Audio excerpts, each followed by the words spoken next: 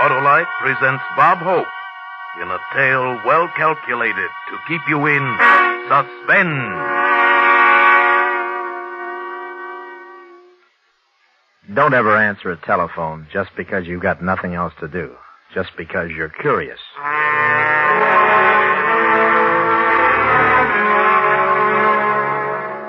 I was sitting in my big red leather swivel chair, my feet on the largest mahogany desk money could buy, a bottle of the best scotch balanced between my special custom-built shoes.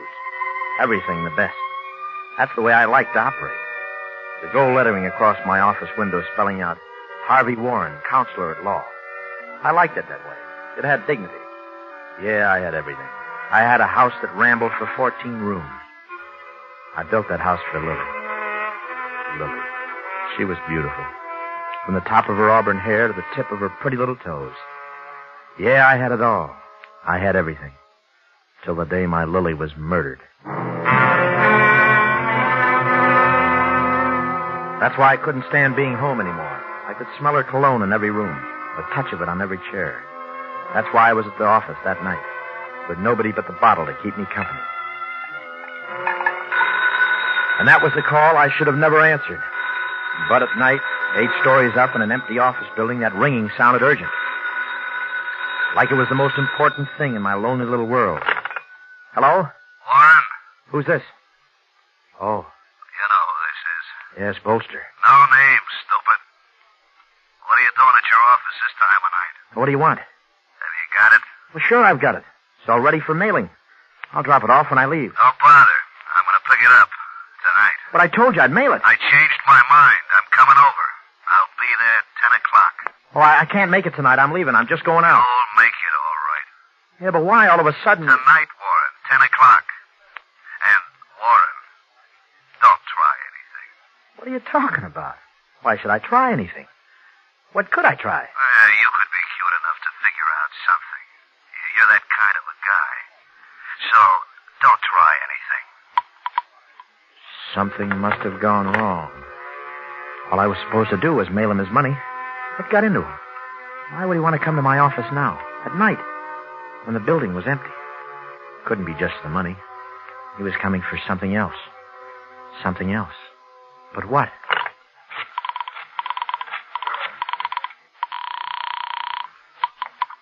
Police Department, Johnson. Get me homicide. Now, hold on.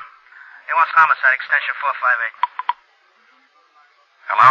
Homicide? This is homicide. Is Joe there? Lieutenant Joe Scarponi? Who's calling? Harvey Warren. Oh, hello, Mr. Warren. Hope you've been feeling better. Oh, thanks, Mike. I don't have much time. Would you get me Joe? Well, he ain't here, Mr. Warren. Well, where is he? I don't know. I've got to get to him. Something wrong? You've got to locate him, Mike. Well, I've got a whole police department, Mr. Warren. Just say the word. What's wrong? Only Joe. He's the only one that can help me. Well, he may be calling him. Then tell him to call me at my office, will you? Don't make any mistake, Mike. I'm at my office.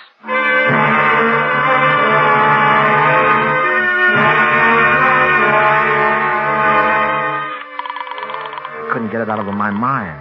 What had made Bolster switch like that? What had gone wrong? He must have figured it out and was coming over for just one thing. To kill me. Lion Apartments. Lieutenant Joe Scarponi, please. One moment.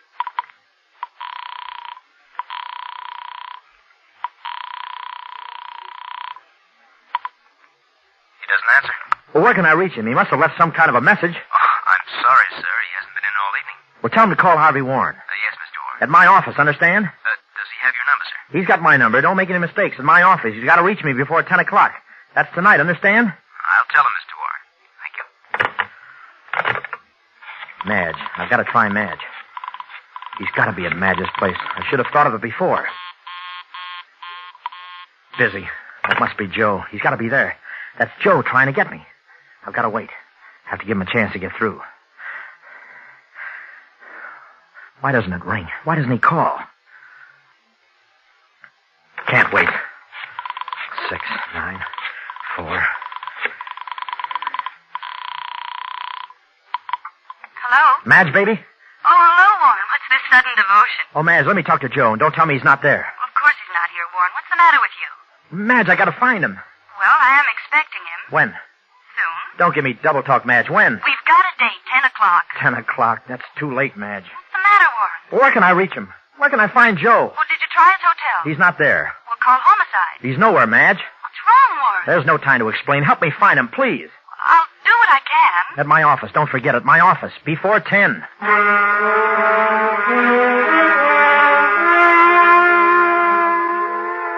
I kept on calling. Everywhere. Every bar he'd ever had a drink. His favorite restaurants. Even the Turkish bath where he played handball and got his rub down. Joe was nowhere. I looked at my watch. It said 9:31. The clock on the wall showed 9:35. Now I wasn't even sure of the time. I couldn't afford to be wrong about the time. At the tone, the time will be 9:35 and 10 seconds. The clock on the wall was right. There wasn't much time. Even if I get a hold of Joe, it'd be too late. My mind was starting to play tricks. Starting to tie my insides up in 100 little knots. Suppose Bolster got here early. Suppose he got here before 10 and no Joe. I got up in a panic. My shirt was soaked wet to my back. I could run, yeah. I could get away while there was still time. But then Bolster would really know something was wrong. Maybe he wasn't going to kill me.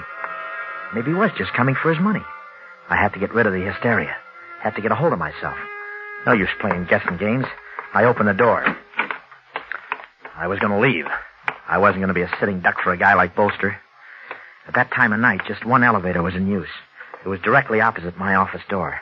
The indicator over the door flashed numbers when the car was running. I went to press the button to signal for the nightman.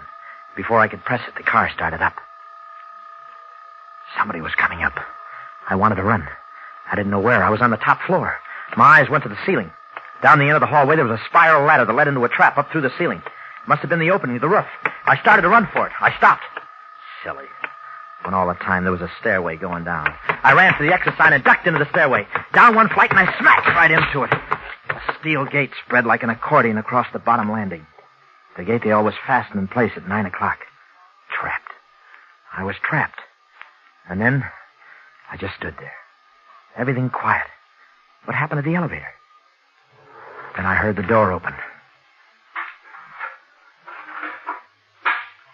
Downstairs, right below. It didn't come up to the 8th. It was the nightman letting off the cleaning woman. I walked back up the steps. The light on the indicator showed the 5th floor. Then the indicator started flashing again. It was going down.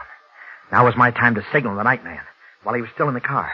Before I had a chance, the telephone began to ring. It was coming from my office. Keep ringing, Joe. I'm coming. Just don't stop ringing. Hello. Hello, Joe. Oh, ain't this Gladstone 2707? That's right. Are you calling Give me Sammy. Who? I want to talk to Sammy. Oh. Right number, girlie. Wrong party. I looked at the clock. It was no use. Too late. Even if he did call. I started to go. Saw the bottle on the table. I had to take another drink.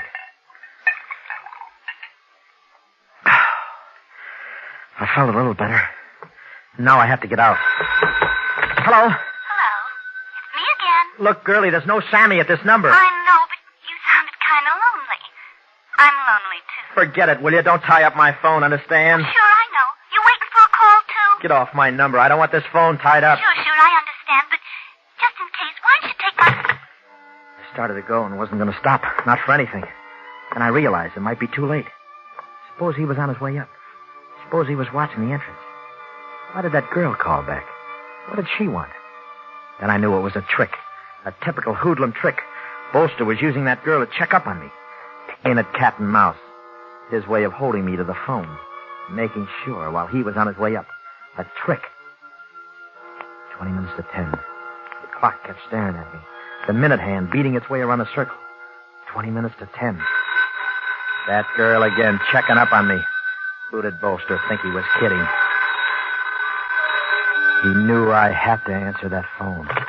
Hello. Warren? Joe, you don't know how I've been trying to get you all night. Yeah, I know. Your line's been busy. Oh, come right over, Joe. What's the matter? There's no time to talk. Just get here. Oh, well, I got a date, Warren. It's on my only night off. You know how Madge is. Joe, this is a matter of life and death. Whose life? My life. Oh, well, I'll be right there. Before 10, Joe. It's got to be before 10.